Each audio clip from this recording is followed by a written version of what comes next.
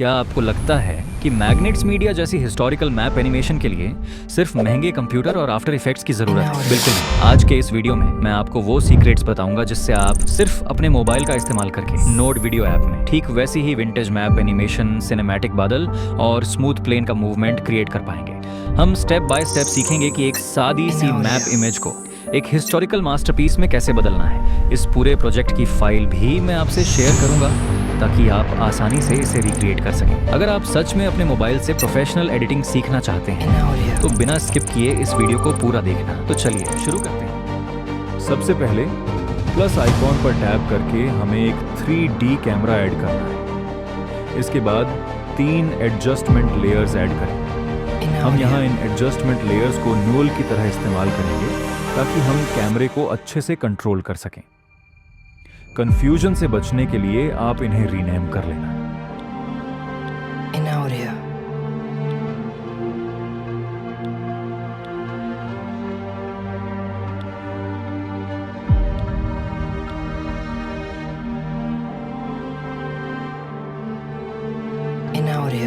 अब इन सभी लेयर्स को 3D में कन्वर्ट कर लें ताकि ये 3D कैमरा के साथ लिंक हो सके। इसके बाद कैमरे को नल 1 से, नल 1 को नल 2 से और नल 2 को नल 3 से लिंक कर दें।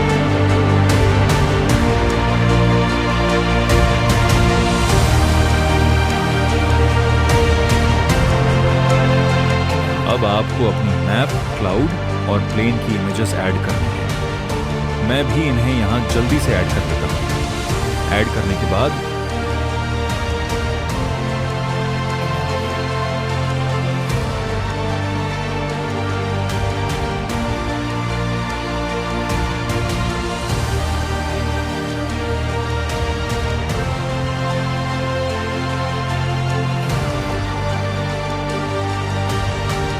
आप चाहें तो बाकी लेयर्स को कुछ देर के लिए हाइड कर सकते हैं। इससे आप एक एक करके हर एलिमेंट को बिल्कुल सही जगह पर प्लेस कर पाएंगे।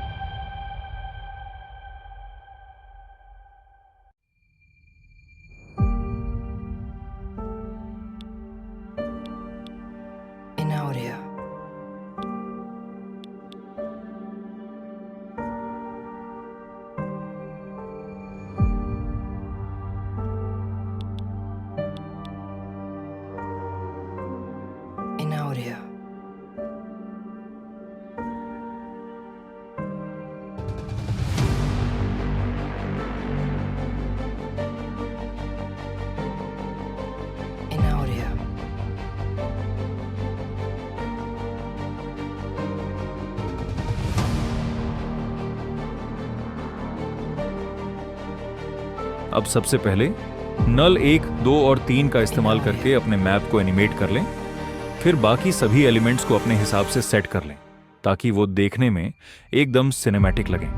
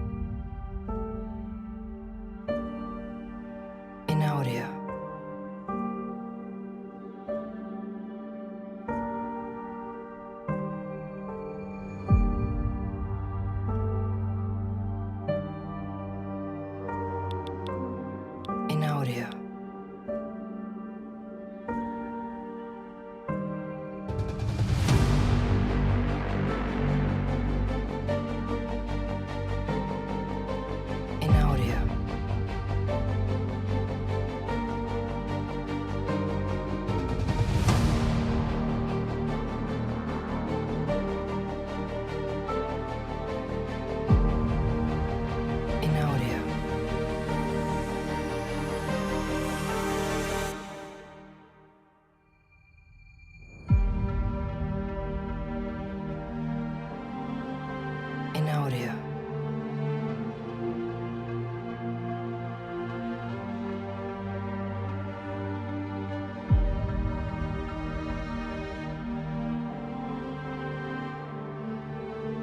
In audio.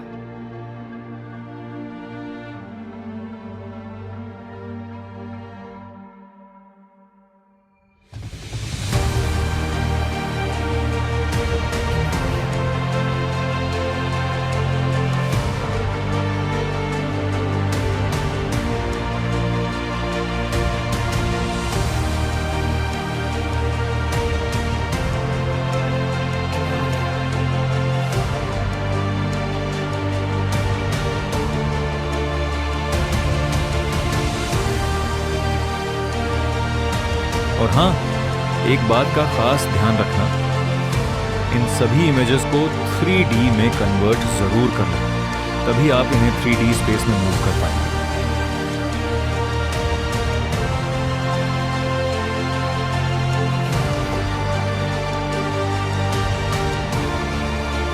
एक और बहुत जरूरी बात, कई बार 3D में इमेजेस के पीछे एक ब्लैक पार्ट या ग्लिच दिखने लगता है।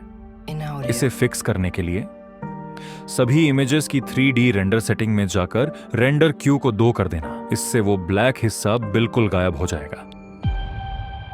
तो वीडियो को ध्यान से पूरा देखना। अगर एडिटिंग के बीच कोई भी दिक्कत आए तो मुझे कमेंट बॉक्स में बताना, मैं आपको रिप्लाई जरूर करूंगा।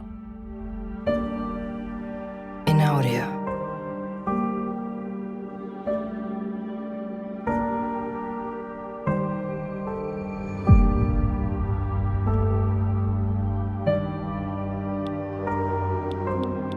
In audio.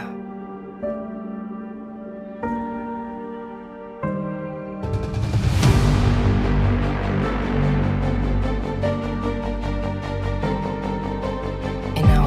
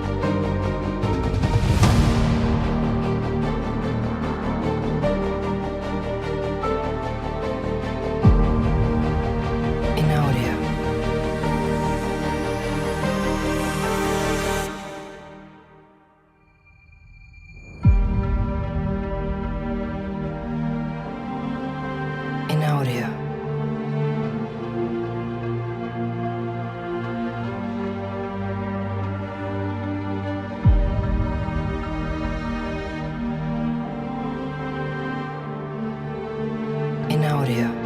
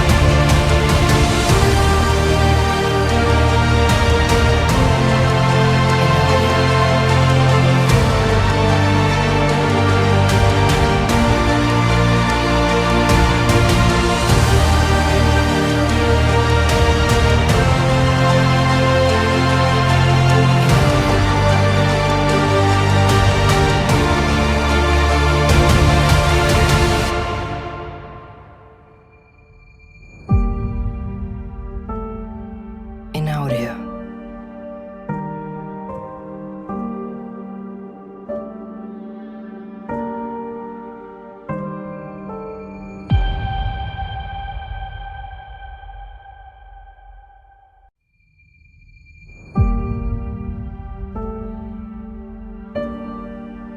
In audio.